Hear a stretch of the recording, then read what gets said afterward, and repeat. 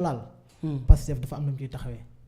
ñun Pastef du ñu xaar sax ay sondage d'abord état ñun on travaille à l'avance c'est-à-dire dañuy am ay commission yoo xam ne dañuy travailler sur ça te je prends exemple de Thiès Nord.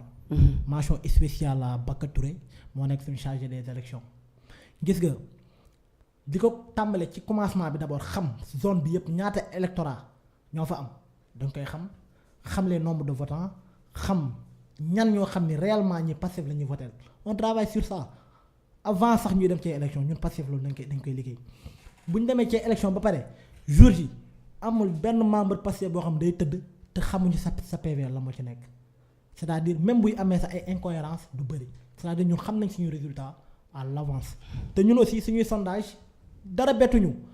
campagne yi dafa firnde dafa dëggalaat les urnes parce que ñun ñooy le seul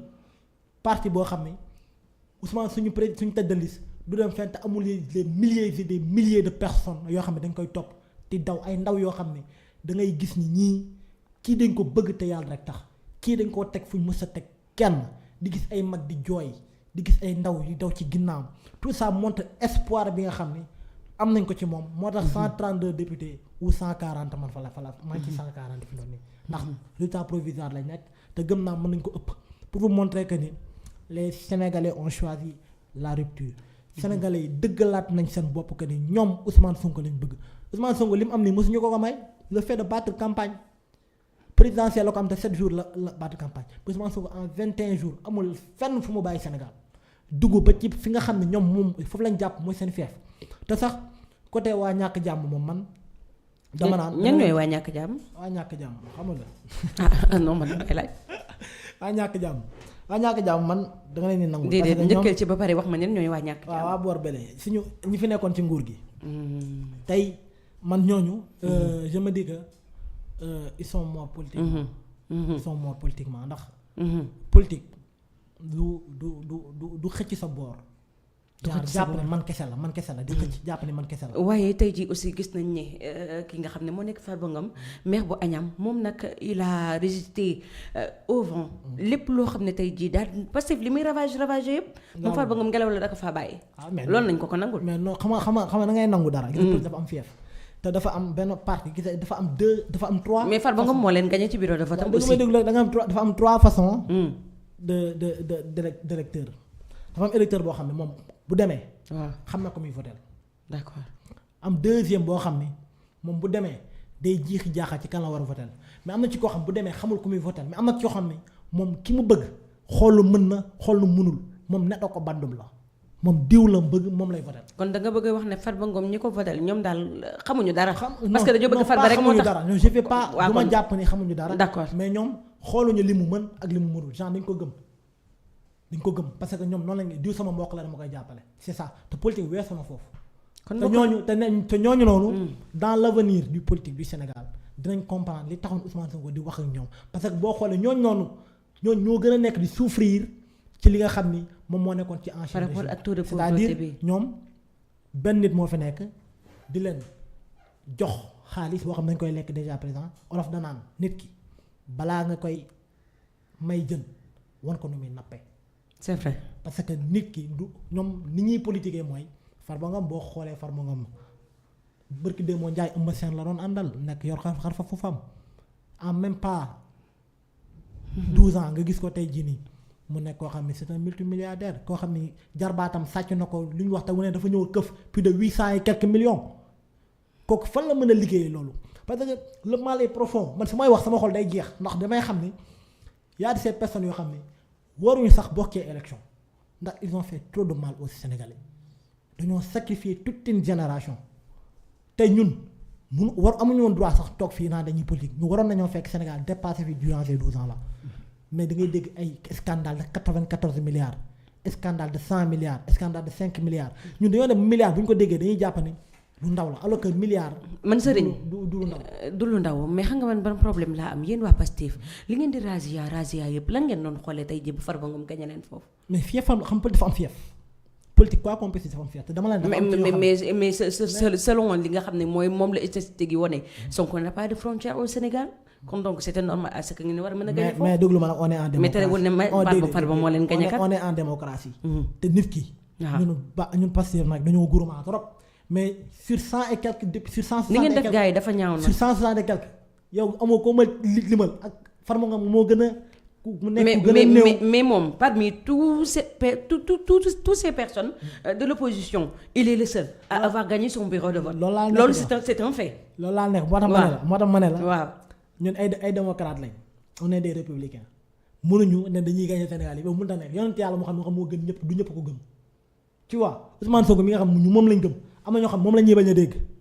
c'est-à-dire ñun dañuy nangu loolu. on est en politique Ousmane Sonko ñëpp mënuñu ànd ak moom. Farba Ngom c'est normal mu gañ fa fii fam la. non ñëpp mënta am bu ñu ànd ak yéen ñëpp bu ñu ànd ak yéen sax ngeen tiit comme nañ ko koy nangul xam ni peut-être moom am na ay ndërëm yoo xam votal nañ ko waaye tamit ça ne prouve pas que ni loolu dara la parce que fii fam la rek. kon lii nuñ koy tuddee foofu Sénégal léegi nii nuñ koy tuddee foofu taxul mais ci Sénégal la bokk. ci Sénégal la bokk mais taxul ñu wax Sénégal genre boo xoolee par rapport au Sénégal ils sont minoritaires loolu man fa laa koy jàppee Pastef a gagné de manière écrasante sur ces élections là dëggal na boppam fi mu toll nii booy wax la force politique du Sénégal danga naan Pastef la loolu c'est confirmé fi naan la moo ci des. ñu liggéey ci jàmm. ci loolu lañ leen di xaar Khalil aujourd'hui on a vu que Farba Ngom ak lépp lu mënta am ci élection yi gars yi bi ñuy dóor ay ñun ñooy borom Guédiawaye gars yi bi ñuy dóor ay ñun ñooy borom Thiès kenn ku ci nekk doon bàkkoo fa nga xam ne mooy fa nga nekk mais n'empêche que ne Farba Ngom moom képp la ñu daal di gis wala ci ñenn ñi nga xam ne tey jii ñoo gagné seen bureau de vote amaana sax département wala commune ba nga xam ne fa lañ nekk. am na solo gis nañ ko ci Farba gis nañ ko ci ku ci mel ni le maire de Malicounda. Maguette Sène. ñoom ñaar ils ont réussi carrément ci li nga xamante ne peut-être seen commune la. parce que moom Maguette li kii def nii Farba Ngom def moom même chose bi la def parce que li Pastef di am doole ci département bu Mbour bi yëpp gis ngeen ne moom bu ñuy demee ci biir Malicounda moom da ko daal di téye pertre ko ak beneen commune bu Gossas je ne sais pas xaw ma. waaye tamit ku mel ni Farba Ngom loolu dafay wone ne dafa am culture politique bi nga xamante ne tey jii nii dafa nekk ci Sénégalais yi dafa am ñoo xamante ne ci seen bopp nguur la ñu war a àndal. quelle que soit la situation nguur la ñuy àndal rek parce que dañu jàpp ne nguur moo mën lépp. bu fa nguur nga wàccee tamit ku fi ñëw la ñu yow la ñuy xamuñu opposition quoi mais dafa am ñoo xamante ne ci biir nit ñi ci dëmb lañ lay jàpp tey door a ñëw. même bu fekk saa waay wax na ko sànq même bu fekkente ne même yaa ngi def loo xamante ne sax gisuñu seen bopp ci lii ñu ngay xool ay teraanga ya nekkoon ya ngeen seqoon démb ba tey moom moo tax duñ la bàyyi te Farba Ngom dafa nekk loo xamante ne ci biir Matam googu pour nga gañe ko foofu du doon loo xamante ne tey jii jamono jii la mënagul yomb. loolu ci kanam la loolu moom ci kanam loolu moom ñi nekk Pastef ak ñi nekkul Pastef yëpp loolu moom dañ ko nangu waaye dañuy ñëw waaye doonagul léegi loolu moom du doon léegi daal lenn rek moo leen mën a tax peut-être ñu gis ne avancement mu ngi ci am mu commencé ñàkk mairie ba ci les élections yi nga xamante ne ñu ngi ñëw mais tant que élection locale nga xamante ne moom moo fa nekk dina am force boo xamante ne tey jii moom moo koy incarner te moom moo koy téye te fi jël poids am la boo xamante ne du yomb mu ñàkk ko dina ñëw nag mais du gaaw gis nga parce que li xew ci commune bu département bu Fatick laa bëgg a wax da ngay gis ne am na yu bëri yu nekk ci Fatick ay jaareex ay genre yooyu da ngay gis ne Macky Sall moo ko gagné parce que ñoom dañoo fidèle ci ki nga xamante ne moom mooy 13 da ngay xool ay Palmarin jàpp Djilass ak yeneen dëkk yi da ngay gis ne dañ ko faa labb yu metti noonu la fay demee rek ravage lay doon boo xamante ne day ñëw ba fii nga xamante ne moo nekk centre bi waaye pour jamono ji Farba Ngom moom xam naa lu Ousmane Sonko di razia ak di fuufal ak di bàcc ak yooyu moom Farba nga koy bàccaku moom ci terrain bi moom xamagu ma nag am na solo xale ñu àddu jëm ci leneen ku ci mel ni Cheikh Yérim Seck moom ma ngay wax ne 16 députés maanaam fukki député ak juróom-benn yi nga xam ne moom la Macky Sall ak ay ñoom daal di am ñoom daal war nañ koo mën a utiliser ba bépp débat bu am importance bu lépp lu ñuy mën di voter biir assemblée nationale ñoom ñooñee nag ñu daal di ci am seen kàddu Serigne tey jii bu ñu gisee ku ci mel ni Barthélémy Diaz dañ koo gagné ci bureau de vote am ku ci mel ni Amadou Ba dañ koo gagné ci bureau de vote am Macky Sall ci jëm boppam l'ex-président dañ koo gagné ci bureau de vote am du moins Thierno Bocoum pareil Anta Babacar Ngom pareil Bougane L'homme de Bakel pareil kon ñoom ñooñee ñëpp ba ci sax ki nga xam ne moo nekk Bara Dolly dañ ko gagné ci bureau de vote am kon donc ñoom ñooñee ñëpp tey ji dañ leen a gagné ci seen ay bureau de vote mais moom Cheikh Yérim Seck daal di dellu seen 16 députés yi nga xam ne moom la Macky Sall am na ko utiliser de sorte que maanaam daal d'une autre manière bu mu may dara ñi nga xam ne ñoom la ñuy fekk biir assemblée nationale. xam nga tey jii loolu sanction la gars yi li leen def da leen sanctionné les Sénégalais le sanctionné. on fait une mode de sanction. merci c'est-à-dire ñoom dañ fi nekkoon te yuux wanaan ñoom ñooy chef de l'opposition ñii di am lu ñuy jaay ñii di wane ni ñoom am nañ dayoo Sénégal les Sénégalais ont montré que eux ils veulent que le gouvernement travaille pour Sénégal bi nga xam ne ñoom moom lañ bëgg ñu mun koo am te wax ji man confirmation bi Sénégalais def man dama ci kontaan ndax il était temps ñun Sénégalais yi ñu xam ñu bàyyi waxu politique au moins ñu concentré wu ci réew mi dépassé ay waxu diw moo wax lii diw moo jàngat lii diw moo def lii Sénégal dañoo sonn instant bi dañoo toog ci ay 5 ans yoo xam ne Sénégal chaque jour nga dégg manifestation chaque jour nga dégg ñii ñu ngi ñaxtu chaque jour nga dégg léegi nag loolu mi nga xam ne moom moo fi amoon ñu ñëw am espoir ci benn nguur gu bees nga la waay nañ leen bàyyi ñu liggéey ñooñu nañ dem dinañ am seen kii nu ñu koy waxee sax seen commission nu ñu koy waxee sax groupe parlementaire bi. yi seen groupe parlementaire boobu ngir li nga la waay li ma leen di conseillé. mooy mu nekk loo xam ne day njëriñ Sénégalais c'est-à-dire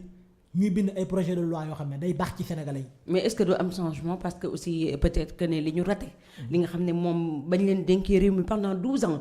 bi ñu leen dénkee réew mi. Pendant ce temps ñu emprisonné les 2000 personnes pendant ce temps il y a eu 86 morts yoo xam ne ci ndodd Macky Sall lañ koy wéer ndax ci régime am la ko fekkoon donc il y a toujours cette question des 86 morts yoo xam ne war nañ ko lijjanti la question aussi de Fulbert Sambou ak Didier Badji aussi sur place donc les litiges fonciers daal di ci ñëw on parle d'économie ci anam yu bëri yoo xam ne tey jii Sénégal soxna la mu daal di leer est-ce que ñoom aussi du dañuy ñëw bi assemblée pour mën a rattraper li nga xam ne moo nekk juumte yi ñu fi bàyyi. waaw daaw rëccu daa ni nga koy waxee olof danaan nangu jël na cëru bañ nangu ka nangu jël na cëru bañ d'accord c'est-à-dire ñoom am na ci ñoo xam ne bokk nañ ci liste bi tôt ou tard nañ la yoog yoon ndax dañoo bokk ci massacre yooyu dañoo am loo xam ne dañ ko liggéey ci massacre yooyu benn ñaar ci lépp loo xam ne ku mënti laala je parle même des alliés de Pastef li may wax dama bëgg mu leer même les alliés de Pastef ñi nga xam ne tey dañoo bàyyi ba élection Pastef jot ñoo dañoo rallier ci Pastef ñoom tey bu ñu war a jàkkaarloo ak ñoom dañuy jàkkaarloo ak ñoom Pastef du nangu transhumance déjà présent moo la ko fii tey. wax ji daa am borom. ma la koy wax. wax ji daa am borom dama lay wax li ma lay wax. damay laaj ndax wax ji dafa am borom bi ou non. je parle de manière générale. d'accord ku ci gis sa bopp ça voilà. ah yow moom mais li ma am pour wax mooy. Mbadou Tahirou Sarr ngay waxal le Pastef ne va pas accepter la transhumance benn c'est-à-dire nga doon xeex Pastef di ko xeex mosoo bokk Pastef di ko xeex ñun la jeunesse patriotique duñ ko mos a nangu bañuñu nag nga ñëw allié jàppale ñu waaye même bu fekkee dërëm bu gën a ndaw boo nga ko amee Sénégal di nga layoog justice il faut que les choses soient claires ndax ñu ngi dégg ay nit di wax naa non Pastef ñu bañaloon démb ñoom la nangul tey loolu musta am Ousmane Sonko musul dem ci kenn ne ko dag may jàppale Ousmane Sonko mus sa tàllal kenn loxo ndax bu doon tàll loxo du dem ci ndoddu turu Pastef pour montrer que ni Sénégal daal dafa laaj xarkanam bu bees dafa laaj ay hommes politiques yu bees dafa laaj ay débats yu bees mais am na loo xam ne xew na fi barke Demba Ndiaye ci suñu arachide yi